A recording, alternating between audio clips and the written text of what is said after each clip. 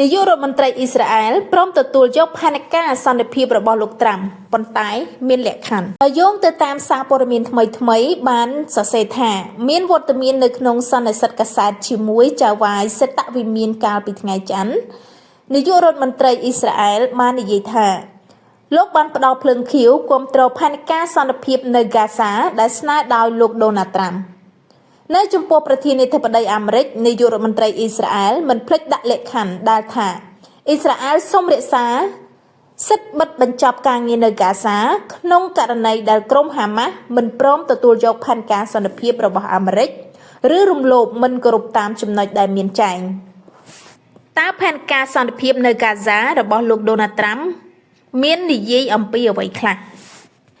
ថ្លែងនៅក្នុងសន្និសីទកាសែតជាមួយនាយករដ្ឋមន្ត្រីអ៊ីស្រាអែលនៅសេតវិមានកាលពីថ្ងៃច័ន្ទទី29កញ្ញាប្រធានាធិបតីអាមេរិកលោកដូណាល់ត្រាំបាននិយាយថាចាត់ទុកថ្ងៃច័ន្ទជាថ្ងៃវិសេសវិសាលបំផុតនៃអរិយធម៌ហើយលោកសង្ឃឹមថានឹងទទួលបានចម្លើយវិជ្ជមានពីក្រុមហាម៉ាស់លោកដូណាល់ត្រាំនិយាយយ៉ាងដូចនេះបន្ទាប់ពីលោកទទួលបានភ្លើងខៀវការគាំទ្រពីនាយករដ្ឋមន្ត្រីអ៊ីស្រាអែលចំពោះផែនការរបស់លោកដើម្បីឈានទៅបិទបញ្ចប់សង្គ្រាមនៅហ្គាហ្សានៅក្នុងសន្និសីទកាសែតនាយករដ្ឋមន្ត្រីអ៊ីស្រាអែលលោកប៊ែនយ៉ាមីនណេតានយ៉ាហ៊ូបាននិយាយថាលោកគាំទ្រផែនការសន្តិភាពរបស់លោកត្រាំប៉ុន្តែមានលក្ខខណ្ឌចំពោះណេតានយ៉ាហ៊ូអ៊ីស្រាអែលនឹងបង្ហើយបិទបញ្ចប់ការងារនៅហ្គាហ្សាប្រសិនបើក្រុមហាម៉ាស់មិនទទួលយកផែនការរបស់លោកត្រាំ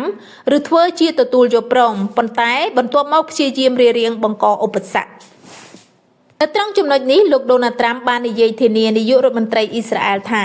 អ៊ីស្រាអែលនឹងទទួលបានការគាំទ្រពីលោកទាំងស្រុងនៅហ្គាហ្សាប្រសិនបើក្រុមហាម៉ាស់បដិសេធមិនទទួលយកផែនការសន្តិភាពរបស់លោកភ្លាមនៅក្រោយការប្រកាសដំណឹងពីសេតវិមានប្រតិកម្មអបអរសាទរបានធ្លាក់ជាបន្តបន្ទាប់ប្រទេសអារ៉ាប់ចំនួន8បានចេញសេចក្តីថ្លែងការណ៍នៅយប់ថ្ងៃច័ន្ទស្វាគមន៍ទូនាទីរបស់ប្រធានាធិបតីអាមេរិកនិងការប្រឹងប្រែងរបស់លោក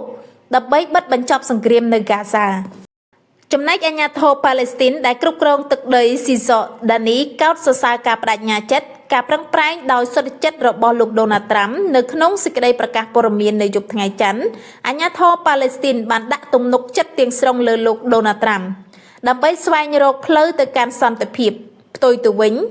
ក្រុមជីហាត់អ៊ីស្លាមដែលប្រយុទ្ធគៀកស្មារជាមួយក្រុមហាម៉ាស់ចាត់ទុកផែនការរបស់លោកដូណាល់ត្រាំថាជាគ្រឿងផ្សំដើម្បីបន្តរំលោភឈ្លានពានលើប្រជាជនប៉ាឡេស្ទីនយប់ថ្ងៃច័ន្ទបន្ទាប់ពីអ៊ីស្រាអែលយល់ព្រមទទួលយកផែនការសន្តិភាពស្នើឡើងដោយលោកដូណាល់ត្រាំប្រទេសកាតានិងអេស៊ីបដែលដើរតួនាទីជាអន្តរការីបានបញ្ជូនឯកសារផែនការសន្តិភាពទៅឲ្យក្រុមចរចាហាម៉ាស់នៅមុនសន្និសីទកាសែតទៅទៀតសេតវិមានបានចុះផ្សាយផែនការសន្តិភាពដែលមានចំនួន20ចំណុចដើម្បីឈានបិទបញ្ចប់សង្គ្រាមបង្ហូរឈាមនៅហ្គាហ្សារយៈពេលជិត2ឆ្នាំមកនេះនៅក្នុងផែនការសន្តិភាពរបស់លោកដូណាល់ត្រាំមាននិយាយពីការបញ្ឈប់ជាបន្ទាន់សង្គ្រាមនៅហ្គាហ្សាជាមួយនឹងការដកកងទ័ពអ៊ីស្រាអែលជាដំណាក់កាលជាថ្នូរនឹងការដោះលែងចំណាប់ខ្មាំងទាំងអស់របស់អ៊ីស្រាអែលនៅក្នុងរយៈពេល3ថ្ងៃក្រោយភ្លើងខៀវរបស់អ៊ីស្រាអែលបន្ទាប់ពីចំណាប់ខ្មាំងអ៊ីស្រាអែលត្រូវបានដោះលែងពីដៃក្រុមហាម៉ាស់អ៊ីស្រាអែលនឹងបើកផ្លូវឲ្យគេនាំយកជំនួយមនុស្សធម៌ចូលហ្គាហ្សានិងដោះលែងអ្នកទោសហ្គាហ្សាដែលអ៊ីស្រាអែលចាប់ឃុំនិងផ្ដន្ទាទោសដាក់ពន្ធនាគារអស់មួយជីវិតនៅក្រៅការវាយប្រហារភេរវកម្មនៅចុងឆ្នាំ2023ចំណុចមួយទៀតនៅក្នុងផែនការរបស់ប្រធានាធិបតីអាមេរិកបានចែងថាការសារទឹកដីរបស់ប៉ាឡេស្ទីននឹងត្រូវគ្រប់គ្រងដោយអាជ្ញាធរបណ្ដោះអាសន្នមួយដែលគ្មាននានាការនយោបាយនិងជាអ្នកជំនាញចំណែកក្រុមហាម៉ាស់នឹងត្រូវដកខ្លួនចេញពីកាហ្សាទៅតាមសំណើរបស់ចៅហ្វាយសេតវិមានអាជ្ញាធរគ្រប់គ្រងកាហ្សាស្ថិតក្រោមការមើលតាមដានរបស់គណៈកម្មាធិការសន្តិភាពដែលមានលោកត្រាំជាប្រធាន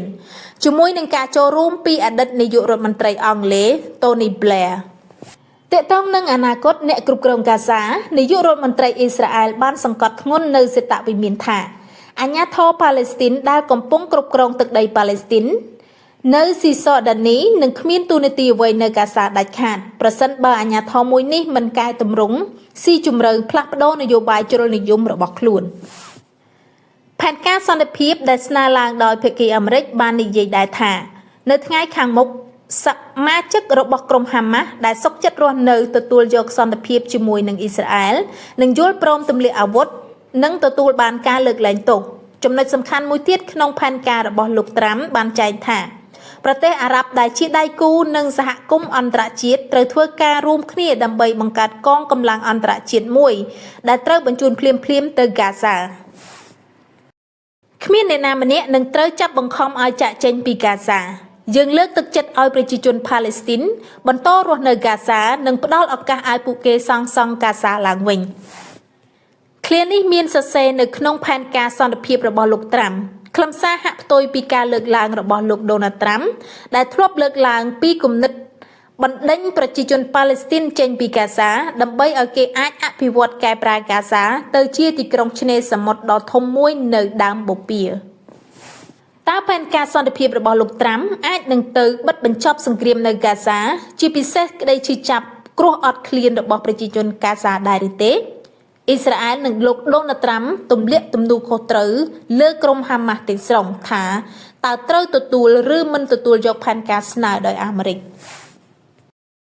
ជាប្រភពព័ត៌មាននេះខ្ញុំដកស្រង់ចេញពីប្រភពសារព័ត៌មានថ្មីៗសូមអរគុណលោកអ្នកបងប្អូនជួបគ្នានៅវីដេអូក្រោយ